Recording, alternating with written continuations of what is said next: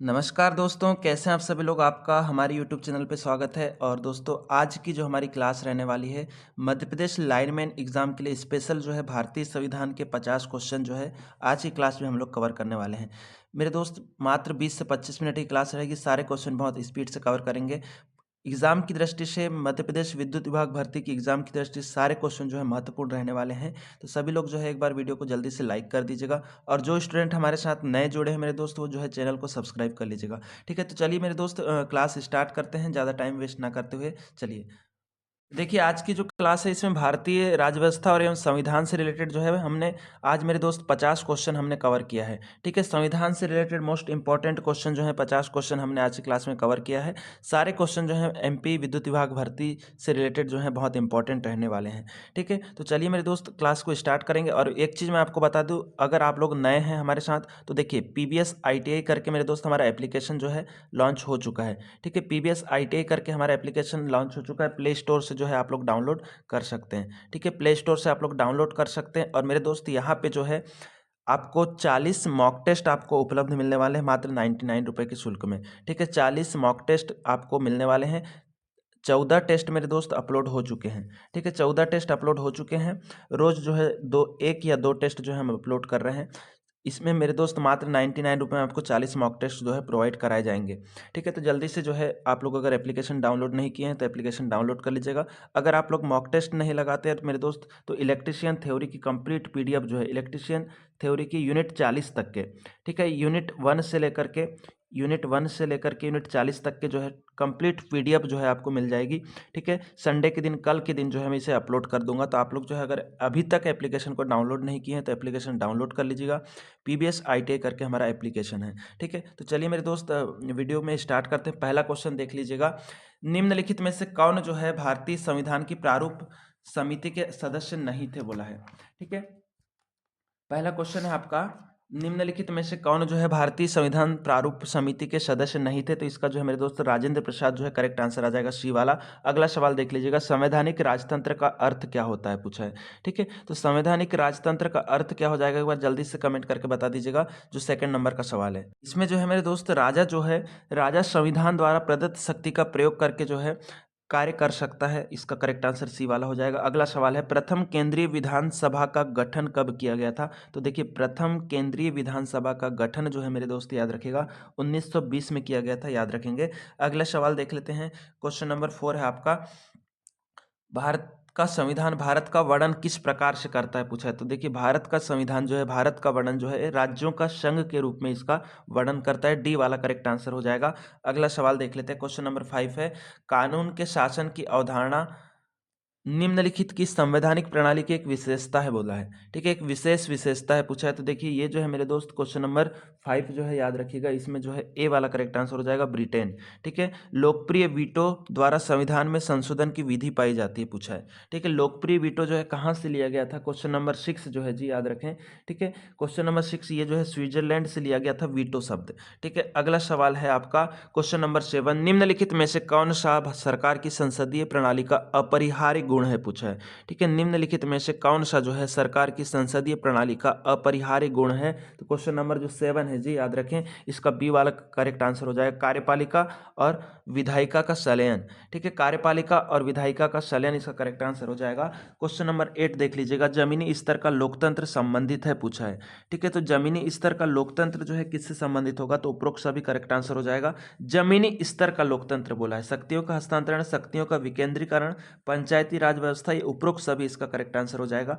अगला सवाल है जी आपका, क्वेश्चन नंबर 9 देख लीजिए, लोकतांत्रिक समाजवाद का लक्ष्य क्या है, पूछा है। ठीक है, लोकतांत्रिक समाजवाद का लक्ष्य क्या है, तो क्वेश्चन नंबर जो 9 है जी, इसका करेक्ट आंसर क्या हो जाएगा। देखिए, लोकतांत्रिक समाजवाद का जो लक्ष्य है, याद रखिएगा, क्वेश्चन नंबर 9, लोकतांत्रिक तरीके से समाजवाद लाना। ठीक है, लोकतांत्रिक तरीके से समाजवाद लाना। अगला सवाल देख लीजिए, निम्नलिखित में से किस न्यायाधीश ने कहा है कि धर्मनिरपेक्षता और संघवाद भारतीय संविधान की मूल विशेषताएं हैं। ठीक है, तो मेरे दोस्त, ये जो है SR बुम्बई मामला करके जो है, ये इसका करेक्ट आंसर हो जाएगा। अगला सवाल देख लीजिएगा, क्वेश्चन नंबर 11 है आपका, सार्वभौमिक वयस्क मताधिकार दर्शाता है कि भारत एक ऐसा देश है जो, पूछा है। ठीक है, तो देखिए भारत एक ऐसा देश है जो लोकतांत्रिक है, याद रखेंगे। ठीक है, भारत कैसा देश है? एक लोकतांत्रिक देश है। ठीक है, अगला सवाल है भारत का संविधान कब लागू हुआ था? सभी को पता है मेरे दोस्त, भारत का जो संविधान है 26 जनवरी 1950 को लागू हुआ था। ठीक है, 26 जनवरी 1950 को भारत का संविधान लागू हुआ था। करेक्ट आंसर सी वाला हो जाएगा। अगला सवाल देख लेते हैं। भारत सरकार अधिनियम 1935 किस पर आधारित है? पूछा है। ठीक है, भारत सरकार अधिनियम जो है 1935 किस पर आधारित है पूछा गया है। तो ये मेरे दोस्त याद रखिएगा, साइमन कमीशन पे आधारित है। ठीक है, भारत सरकार अधिनियम 1935 जो है ये साइमन कमीशन पे आधारित है, याद रखेंगे। अगला सवाल देख लेते हैं। क्वेश्चन नंबर जो 14 है जी, भारत सरकार अधिनियम 1935 को बंधन का नया चार्टर किसने बताया था? पूछा है। ठीक है, भारत सरकार अधिनियम 1935 को बंधन का नया चार्टर किसने बताया था? तो मेरे दोस्त क्वेश्चन नंबर जो 14 है, याद रखिएगा, इसका करेक्ट आंसर सी वाला हो जाएगा, पंडित जवाहरलाल नेहरू। ठीक है, अगला सवाल देख लेते हैं। भारतीय संविधान का संरक्षक कौन है? पूछा है। ठीक है, भारतीय संविधान का संरक्षक कौन है? तो भारतीय संविधान का जो संरक्षक है ये कौन हो जाएंगे मेरे दोस्त? भारत के राष्ट्रपति। ठीक है, भारतीय संविधान के प्रमुख होते हैं, संरक्षक होते हैं भारत के राष्ट्रपति। ठीक है, ए वाला करेक्ट आंसर हो जाएगा। अगला सवाल देख लेते हैं। निम्नलिखित में से कौन सा राज्य का एक आवश्यक तत्व है? पूछा है। ठीक है, निम्नलिखित में से कौन सा राज्य का एक आवश्यक तत्व है बोला है। तो ये देखिए क्वेश्चन नंबर जो 16 है जी, याद रखिएगा, क्वेश्चन नंबर 16 करेक्ट आंसर हो जाएगा डी। संप्रभुता, सरकार क्षेत्र, ये सारे जो है करेक्ट आंसर हो जाएंगे, ये सभी। अगला सवाल है क्वेश्चन नंबर 17। लोकतंत्र में सबसे महत्वपूर्ण व्यवस्था कौन सी है? ठीक है, तो लोकतंत्र में सबसे महत्वपूर्ण व्यवस्था क्या हो जाएगी?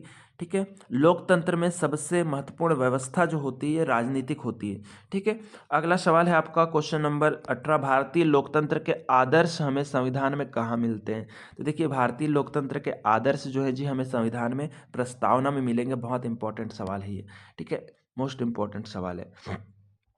अगला सवाल है आपका, भारतीय संविधान के अनुच्छेद 14 में प्रयुक्त कानून के समक्ष समानता का वाक्यांश जो है उधार लिया गया था? पूछा है। ठीक है, क्वेश्चन नंबर 19। तो मेरे दोस्त ये ब्रिटेन से लिया गया था, याद रखेंगे। ठीक है, क्वेश्चन नंबर 19 जो है करेक्ट आंसर क्या हो जाएगा? ब्रिटेन। संविधान निर्माताओं की सोच और आदर्श निम्नलिखित में परिलक्षित होते हैं, तो ये प्रस्तावना में आंसर आ जाएगा। क्लियर। ठीक है, क्वेश्चन नंबर 21 देख लीजिए। निम्नलिखित में से कौन सी भारतीय संविधान की विशेषता नहीं है? पूछा है। ठीक है, तो मेरे दोस्त इसमें जो है देखिए क्वेश्चन नंबर जो 21 है जी, इसका करेक्ट आंसर याद रखिएगा। इसका करेक्ट आंसर जो है सी वाला हो जाएगा, सरकार का राष्ट्रपति स्वरूप। ठीक है, ये जो है भारतीय संविधान की विशेषता नहीं है। कौन कौन सी विशेषताएं हैं? तो देखिए सरकार का संसदीय स्वरूप, न्यायपालिका की स्वतंत्रता, संघीय सरकार, ये जो है मेरे दोस्त तीनों करेक्ट है। ठीक है, सी वाला अनकरेक्ट हो जाएगा। ठीक है, अगला सवाल देखिए, मैंने इसको बताया मेरे दोस्त, ये बहुत इंपॉर्टेंट सवाल है, मोस्ट इंपॉर्टेंट सवाल है, बहुत ज़्यादा इंपॉर्टेंट सवाल है। ठीक है, डॉक्टर भीमराव अंबेडकर ने, ठीक है, किससे संवैधानिक का हृदय और आत्मा कहा था? पूछा है। ठीक है, डॉक्टर भीमराव अंबेडकर ने मेरे दोस्त किसे जो है संविधान का हृदय और आत्मा कहा था? Question number 22। देखिए इसका जो है मेरे दोस्त करेक्ट आंसर क्या हो जाएगा? संवैधानिक उपचारों का अधिकार। ठीक है, जो संवैधानिक उपचारों का अधिकार जो है मेरे दोस्त, ये याद रखना अनुच्छेद जो है 32 में आता है। ठीक है, अनुच्छेद जो है 32 में आता है। इसे जो है डॉक्टर भीमराव अंबेडकर ने भारतीय संविधान का हृदय और आत्मा कहा था। इंपॉर्टेंट सवाल है। ठीक है, क्वेश्चन नंबर 23। भारत में एकल नागरिकता की अवधारणा को अपनाया गया है? पूछा है। ठीक है, देखिए एकल नागरिकता की अवधारणा को जो है ना, ये याद रखिएगा, कनाडा से अपनाया गया था। ठीक है, भारत में एकल नागरिकता की अवधारणा को जो है मेरे दोस्त कनाडा से अपनाया गया था। भारत के राष्ट्रपति पर महाभियोग की विधि अपनाई जाती है? पूछा है। तो देखिए महाभियोग की जो विधि है, क्वेश्चन नंबर जो 24 है जी, ये यूएसए हो जाएगा, ए वाला करेक्ट आंसर। अगला सवाल देख लीजिएगा, वृहत भारत शब्द का अर्थ क्या है? तो देखिए वृहत भारत शब्द का अर्थ क्या है? तो सांस्कृतिक एकता, इसका करेक्ट आंसर है। ठीक है, क्या हो जाएगा मेरे दोस्त? सांस्कृतिक एकता करेक्ट आंसर हो जाएगा। अगला सवाल है क्वेश्चन नंबर 26 देख लीजिए। निम्नलिखित में से किसे धर्मनिरपेक्ष राज्य कहा जाएगा? पूछा है। ठीक है, निम्नलिखित में से किसे जो है धर्मनिरपेक्ष राज्य कहा जाएगा? Question number 26। तो देखिए इसका जो है मेरे दोस्त, वह राज्य जो धर्मों के बीच भेदभाव नहीं करता। ठीक है, वह राज्य जो धर्मों के बीच जो है भेदभाव नहीं करता, सी वाला करेक्ट आंसर है। प्रारंभ में कितने मौलिक अधिकार प्रदान किए गए बोला है? ठीक है, प्रारंभ में मेरे दोस्त कितने मौलिक अधिकार प्रदान किए गए? आपको याद हो तो जल्दी से एक बार कमेंट करके भी लिख दीजिएगा। क्वेश्चन नंबर 27, ये क्वेश्चन को मैं दोस्त आप लोगों के लिए छोड़ता हूँ, ठीक है, आप लोगों के लिए मैं छोड़ता हूँ, आप लोगों के लिए कमेंट करने के लिए मैं छोड़ता हूँ। एक सवाल, प्रारंभ में कितने मौलिक अधिकार जो हैं प्रदान किए गए थे, पूछा है क्वेश्चन नंबर 27, ठीक है। ये आप इसका कमेंट करके आंसर बताएंगे। अगला सवाल देख लीजिए, क्वेश्चन नंबर 29 है, निम्नलिखित में से किस प्रकार की समानता, ठीक है, समानता के उदार राष्ट्र के अनुकूल नहीं है, पूछा है। तो देखिए क्वेश्चन नंबर जो 28 है जी, आर्थिक समानता इसका करेक्ट आंसर है। अगला सवाल है आपका, राजनीतिक स्वतंत्रता का तात्पर्य है, पूछा है, ठीक है। राजनीतिक स्वतंत्रता से तात्पर्य क्या है, क्वेश्चन नंबर 29 जो है मेरे दोस्त, राजनीतिक स्वतंत्रता से तात्पर्य क्या है, पूछा है। तो देखिए क्वेश्चन नंबर 29 का बी वाला करेक्ट आंसर हो जाएगा, लोगों की स्वतंत्र राजनीतिक गतिविधियां, ठीक है। अगला सवाल भी देख लीजिए, 30 नंबर का क्वेश्चन, निम्नलिखित में से कौन सा एक आइटम संविधान में भारतीय नागरिक के मौलिक कर्तव्यों की सूची में शामिल है, पूछा है, ठीक है।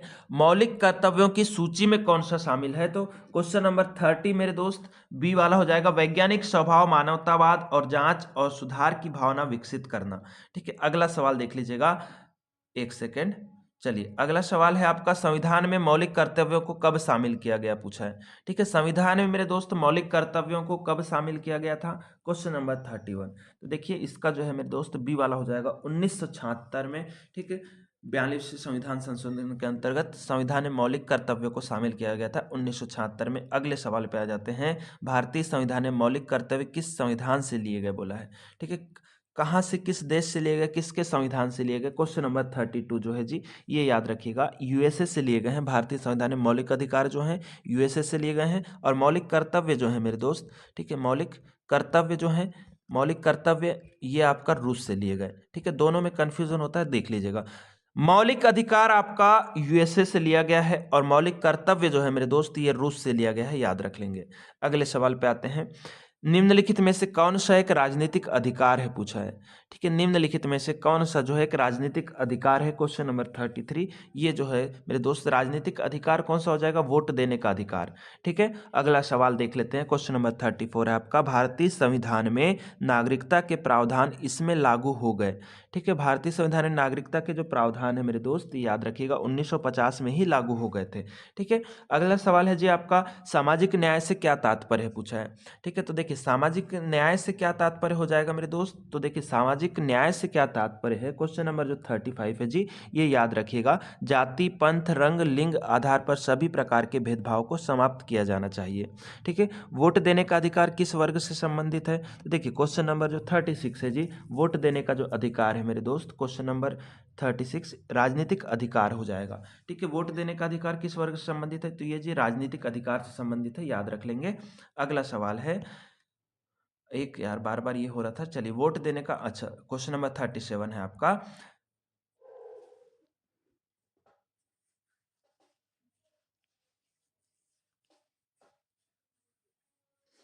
हमारे संविधान की प्रस्तावना में किसका उल्लेख नहीं है, बोला है, ठीक है। हमारे भारतीय संविधान की जो प्रस्तावना है मेरे दोस्त, उसमें निम्नलिखित में से किसका उल्लेख नहीं किया गया है, देखिए न्याय है, भाईचारा है, स्थिति की समानता है, वयस्क मताधिकार, क्वेश्चन नंबर 37। तो देखिए वयस्क मताधिकार का जो है प्रस्तावना में उल्लेख नहीं है, न्याय, भाईचारा, स्थिति की समानता, ये तीनों चीजें, तीनों शब्द आपको मिल जाएंगे, लेकिन वयस्क मताधिकार आपको शब्द नहीं मिलेगा, ठीक है। अगला सवाल देख लीजिए, भारत के नागरिक किस आयु में मतदान कर सकते हैं, तो सभी को पता है मेरे दोस्त, भारत के जो नागरिक हैं किस आयु में मतदान कर सकते हैं, क्वेश्चन नंबर 38 जो है जी, 18 वर्ष के बाद जो है वो मतदान कर सकते हैं, ठीक है। 18 वर्ष के बाद जो है मतदान कर सकते हैं। अगला सवाल देख लीजिए, क्वेश्चन नंबर 39, प्रस्तावना के अनुसार अंतिम शक्ति किसके हाथों में होती है, ठीक है। प्रस्तावना के अनुसार मेरे दोस्त अंतिम शक्ति किसके हाथों में हो जाएगी, क्वेश्चन नंबर 39, ठीक है। देखिए जी अंतिम शक्ति जो है प्रस्तावना के अनुसार किसके हाथों में होती है, बोला है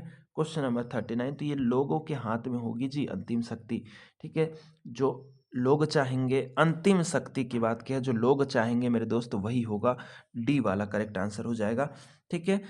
एक बार और देख लीजिएगा इस क्वेश्चन को, भारतीय संविधान में प्रस्तावना के अनुसार अंतिम शक्ति किसके हाथों में होती है, बोला है, तो मेरे दोस्त इसका करेक्ट आंसर याद रखिएगा, जनता के हाथों में या लोगों के हाथों में, ठीक है, जनता के हाथों में होती है। बहुत इंपॉर्टेंट सवाल है जी ये, ठीक है, कंफ्यूजन बहुत होता है मेरे दोस्त, ठीक है। चलिए अगला सवाल देख लेते हैं। दोहरी नागरिकता किस प्रकार की सरकार में एक महत्वपूर्ण विशेषता है, पूछा है। ठीक है, तो दोहरी नागरिकता जो है किस प्रकार की सरकार में एक महत्वपूर्ण विशेषता है।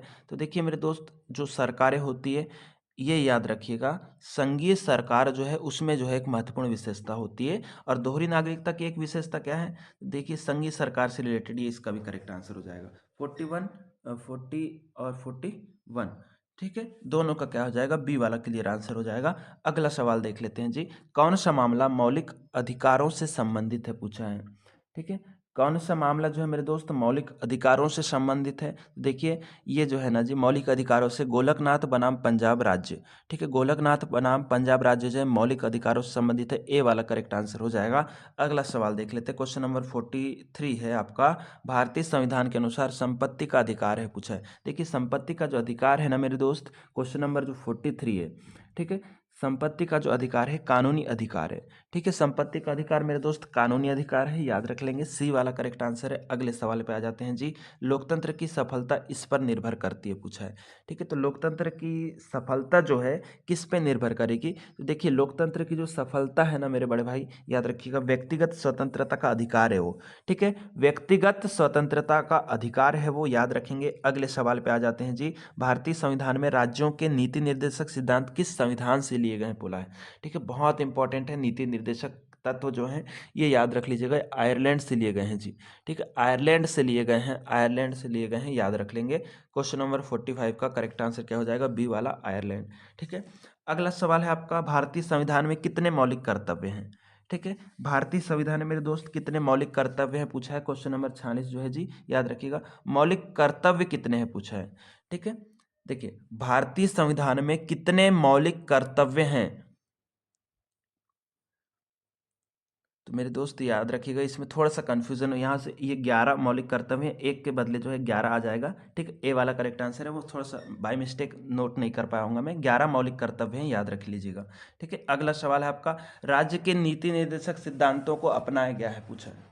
ठीक है, राज्यों के मेरे दोस्त नीति निर्देशक सिद्धांतों को कब अपनाया गया था, पूछा है। तो क्वेश्चन नंबर जो 47 है जी, इसको याद रखिएगा, आयरिश संविधान के तहत इसको जो है अपनाया गया है। ठीक है, नीति निर्देशक तत्व मतलब आयरलैंड के जो संविधान है वहां से अपनाया गया है, उसको आयरिश संविधान कहा जाता है। ठीक है, तो क्वेश्चन नंबर 47 भी हो गया आपका। क्वेश्चन नंबर 48 देख लीजिए।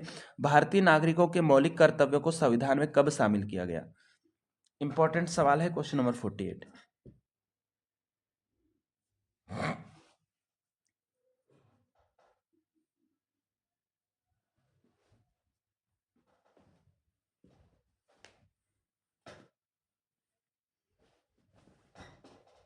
देखिए भारतीय नागरिकों के मौलिक कर्तव्य को संविधान में कब शामिल किया गया, तो क्वेश्चन नंबर जो 48 है जी, इसका करेक्ट आंसर हो जाएगा 1976 में। मौलिक कर्तव्य को जो है 1976 में जो है जोड़ा गया था। ठीक है, मौलिक कर्तव्यों को। ठीक है, और मौलिक कर्तव्य जो है मेरे दोस्त, इन ये जो है अनुच्छेद 51 में इनका वर्णन है। ठीक है, अनुच्छेद 51 ए में मौलिक कर्तव्यों का वर्णन है, ये भी याद रख लीजिएगा। ठीक है, अगले सवाल पे आते हैं। भारतीय संविधान में शामिल नीति निर्देशक सिद्धांत किस संविधान से प्रेरित हैं। तो देखिए ये सवाल बार बार आपको रिपीट हो रहा है, इसका याद रखिएगा मेरे दोस्त, आयरलैंड से संबंधित हैं वो। ठीक है, अगला सवाल देख लीजिए। किसके शासनकाल के दौरान संपत्ति के अधिकार को मौलिक अधिकारों की सूची से हटा दिया गया था, पूछा है। ठीक है, किसके शासनकाल के दौरान संपत्ति के अधिकार को मौलिक अधिकारों की सूची से हटा दिया गया था। तो क्वेश्चन नंबर जो 50 है जी, याद रखिएगा, ये मुरारी जी देसाई सरकार के अंतर्गत जो है संपत्ति के अधिकार को मेरे दोस्त मौलिक अधिकारों की सूची से हटा लिया गया था। बहुत इंपॉर्टेंट सवाल है ये भी।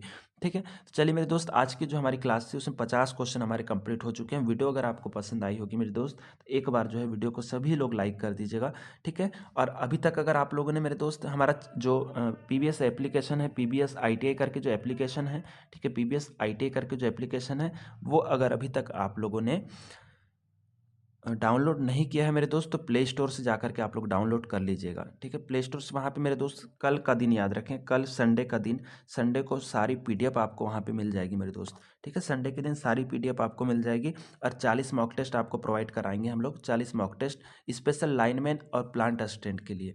ठीक है, मात्र 99 रुपये के शुल्क में रखा गया, कम से कम शुल्क है मेरे दोस्त। 40 मॉक टेस्ट आपको कहीं नहीं मिलेंगे 99 के शुल्क में। ठीक है, तो बहुत ही कम शुल्क है 99। ये आपको यहाँ पे जो है प्रोवाइड हो जाएंगे। ठीक है, तो चलिए मेरे दोस्त, आज की क्लास को यहीं पे अब हैप्पी एंडिंग करते हैं, मिलते हैं शाम में।